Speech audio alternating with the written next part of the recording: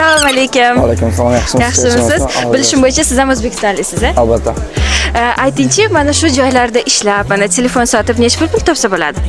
Xo'p, har bitta ish o'ziga yarasha qiyinchiligi bor. Aha. O'zi odamni o'ziga bog'liq. Birinchidan, masalan, bu yerda joyga kelsa yaxshi ishlashdan bo'ladi, ba'zi payt minus kam. Masalan, minimum o'rtacha oladigan bo'lsak, 100 mingdan 600 minggacha ishlash mumkin. Bu оборот o'ziga qarab. Masalan, biz faqat telefon sotamiz, o'sha hisobga 100 mingdan 600 minggacha ishlashimiz mumkin. Kuniga shunda necha pul topasiz? Kuniga ba'zi payt bo'ladi, masalan, 10 ming ham ishlaysiz mumkin, 20 ming. U holatga qarab, qancha yaxshi ishlasangiz, klient o'rgatsa, shunga qarab o'ziga. Telefonlarda asosan o'zimiznikilar oladi, to'g'rimi? Albatta. Mana asosan O'zbekiston, Qirg'iziston, Tojikiston, Rossiya fuqarolari oladi. Sababi men 3 ta tilda spokойно bo'laman kerak. Agar siz mana telefonlarni tuzatib ishlasa, necha pul topish mumkin? Agar telefonlarni tuzatib ishlasa, bir oyga minimum 80 mingdan 200 minggacha ishlashi mumkin. Agar u klientiga qarab boshida bir oy qiynaladi, undan keyin juda ham zo'r ishlasa bo'ladi.